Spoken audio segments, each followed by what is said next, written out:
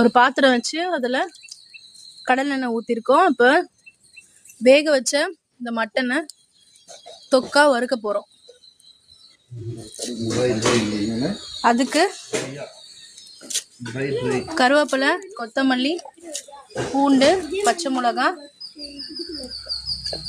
வச்சுருக்கோம். சின்ன வெங்காயத்தை போட்டுக்க போகிறோம். பெரிய வெங்காயத்தையும் யூஸ் பண்ணிக்கலாம். இப்போது அந்த எண்ணெயில் கடுகு போட போகிறோம்.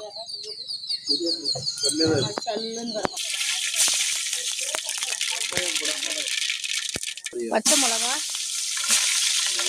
பூண்டு,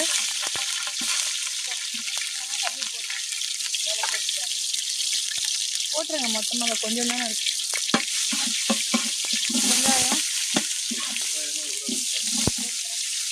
முழுசா, கருவேப்பிலை போட்டுக்கலாம். கொத்தமல்லி போட்டுக்கலாம்.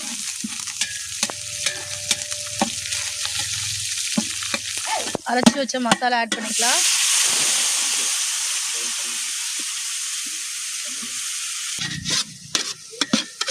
எண்ணெய் நல்லா புரிஞ்சு வந்துடுச்சு. இப்போ கறி போட ஆரம்பிக்கலாம். கறி போட்டுப்போம். கறி போட்டுட்டு நல்லா கிளறி விடுங்க. கடைசியாக கொத்தமல்லி தூவி இறக்குனா மட்டன் ஃப்ரை ரெடி.